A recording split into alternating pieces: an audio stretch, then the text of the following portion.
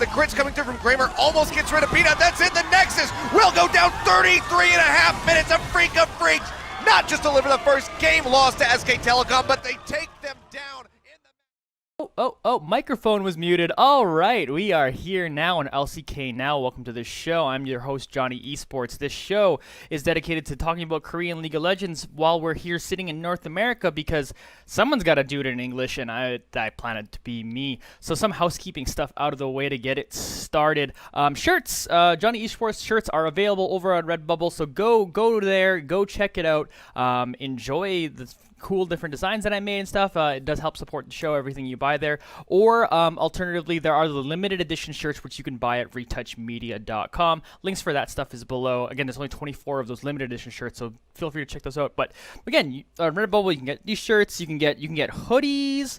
We got hoodies now. This one's going over to Mama Esports. She's supported the show that way, so you can too if you want to come in for that. So the other thing is, I know I've missed a couple of shows in a row now. I think it's come evident to me that perhaps I can't do a bi-weekly show anymore. It might have to just be weeklies on Monday. Yeah, that might just be the reality of it. I know I went from doing like 5 shows a week to doing 2 to potentially just doing 1. It's a reality when you kind of get more work and stuff. I'm a designer by trade, so I'm getting more work, and it's just I have to do that stuff, and I don't think I can be able to maintain 2 shows a week. Hopefully, eventually, if we get enough people supporting the shirts and stuff, I can probably be convinced to be doing more if that is the case. So yes, the show might be just weekly on Mondays for a little while. Maybe I'll do an occasional bonus Friday show here and there when possible, but we'll just go from there. So today's topic that I want to talk about is Afreeca Freecs, and if they're good now, and if they're good enough to beat SKT again, SKT undefeated with the exception of Afreeca Freecs, the one time Afreeca beat them. So can SKT be their kryptonite and pull that off again? So we're going to go over today's show and do a little bit of a statistical analysis on how each of the players are doing and what that might mean. And then I'll talk about just my personal observations just from watching both teams lately and the eyeball test, if you will, on whether they can or can't. Because if the question is literally can they, of course they can. But I guess maybe it's like what I would predict. So we will go into my predictions of that as I break things down a little bit. If you're new to this show and you're watching this on Twitch, hi, welcome to the live stream. So it's basically just me talking to a camera because this is me recording it. If you're listening on YouTube, you're seeing fun infographics and stuff that come up and stuff. So I hope you enjoy that kind of thing. Feel free to enjoy the show however you so please. Twitch is a great way to do it. You get live. I will answer any questions that happen in chat live after, and then on the YouTube, it just might be a little more of a polished product on YouTube. So however you want to enjoy that youtube.com/REJVILLA is the link for the YouTube channel if you want to watch that later, if you're just tuning in now on Twitch. But again, if you have any questions, I will answer them kind of at the end of the show so that it's edited that way. Make sense? Okay, cool. So again, Afreeca Freecs versus SK Telecom T1. We can look at these players individually and talk about kind of where their strengths are. Now, there's obviously the obvious, like Faker and Marin are the 2 stars in both teams, and of course Marin being a former SKT member, they won Worlds, remember that happening? But there's actually some really interesting stuff coming from, I guess, the supporting cast of these storylines that I think is worth noting. Like, if you look at KDA, and the KDA leaders for both teams. Let's discount Profit and Blank because they're actually both on top of this chart, but they both have only 4 and 5 games respectively, so they have the smaller sample size. But if you go to people who've played at least 20 games, the top players for both teams are Bang sits at first with 6.8 on the KDA, playing really strong in that Ezreal lately. Kramer, the ADC for Afreeca Freecs, sits at 6.5, and then behind them is Huni at 5.6 and Wolf at 5.5.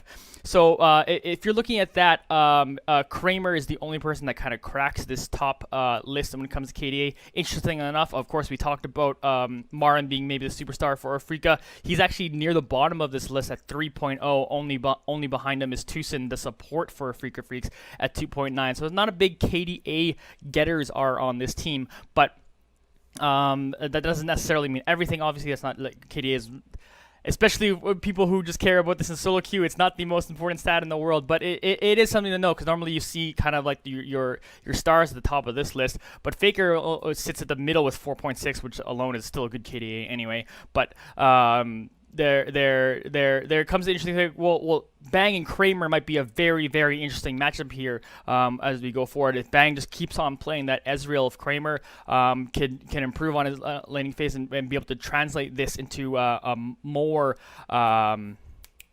wins and all that, more power going towards them, this might be a very ADC focused matchup. And if you're talking about ADC focused matchups, I'm going to give that edge to Bang. So right now, if we're looking at who we think is going to win this, like right now, I'm giving the point right now to SKT in terms of argument, because of that KDA advantage that Bang kind of brings statistically, and is fairly significant. The next stat I would like to look at is kill participation, because obviously that's extremely important. And interestingly enough, you'd think Faker would be on top of this list, but actually at the very top of this list is Kuro, the mid laner for Afreeca Freecs at 68.4, who admittedly I thought at the beginning of the season looked a little bit poor and has been lately really picking it up, and has really been a great focus for this team and a great catalyst for this team's success. Again, discounting Profit and Blank, which have very low games played. Kramer actually comes next at 66.2%, and Spirit comes in right after that at 66%.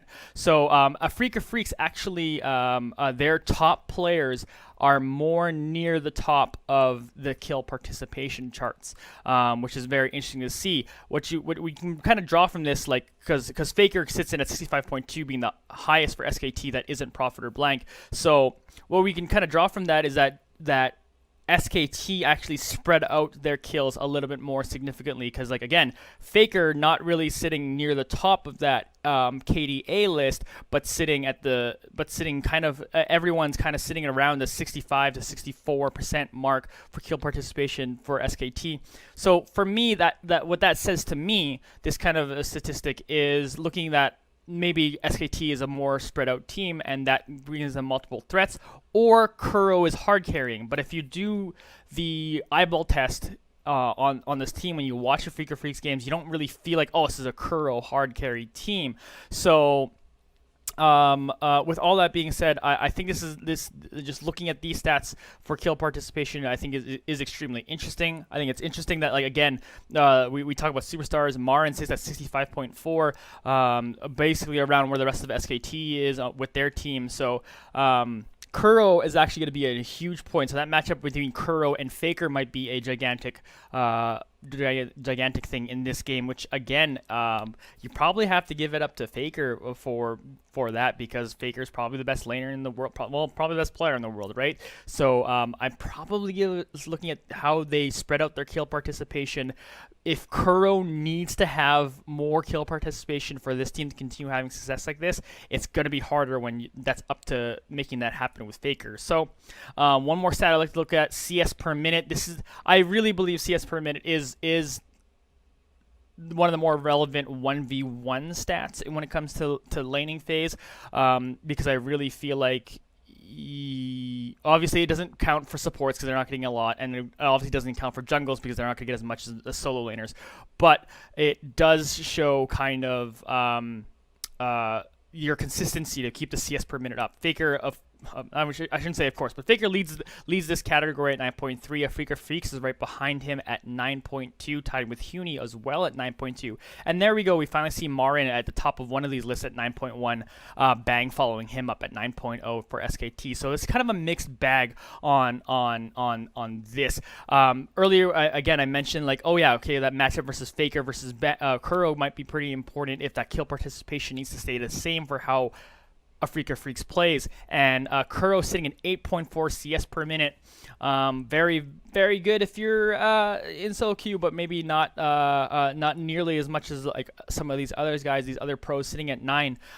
So if that matchup is going to be very important for you, and Faker is going to be getting, an entire CS per minute over you throughout the whole game on average, of course, that might be something that needs to be improved on if it's very important for Kuro to be ahead. So with all those kind of points put together, just like a little bit of statistical analysis, and it's a very like it's not super in-depth statistics. It's very like front-facing statistics that are shiny. Anyway, I give SKT kind of the edge on all of those little statistical things that we're looking at.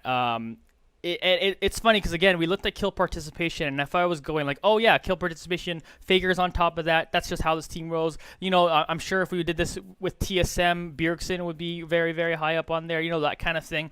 But if you're like, okay, that's your superstar, we're gonna have to funnel in all our kills to him. Then you can play that style if you can play that style. But I don't feel like Afreeca Freecs really does play that style. I think it is pretty important that Marin is in a position that he can shot call really well and have a lot of success, because he plays a good job in lane phase at that 9 CS per minute. And again, he does play a lot of tanks, so maybe getting kill participation isn't going to be as easy as it is to get it to a mid laner. But you see guys like Huni being able to pull it off. Again, Profit, in the few games you've seen him play for SKT, has been pretty darn good at being able to pull off a good kill participation, and is able to stay kind of relevant in that. So it's interesting to me, this game, and if we want to talk about just not talking statistics, we want to talk about what we've seen lately. We've seen Afreeca Freecs become really, really strong, beating down on last week Kongdu Monster over and over again. Mind you, Kongdu Monster obviously the last in the league and not a very strong team. It's hard to be completely impressed by specifically that. But if you look at some other games that they have been playing, Afreeca Freecs, they've been on a 5-game winning streak now, I believe, after kind of a middling start to the season, if I'm correct there. Again, like I said, last week they beat Kongdu Monster. This week they have an impressive victory versus Samsung Galaxy. They have another impressive victory against MVP, who has been really, really good in stepping up. So it's looking better and better for Afreeca Freecs. But at the same time, SK Telecom T1, of course, the Telecom Wars, they won. They won both games, and they were able to pull that off, and haven't looked back since. They've just been rolling along quite well. You know, they beat Generic Green Wings and Kongdu Monster, which is not saying a whole lot. So this previous week, so it's a bit of a wash on those games.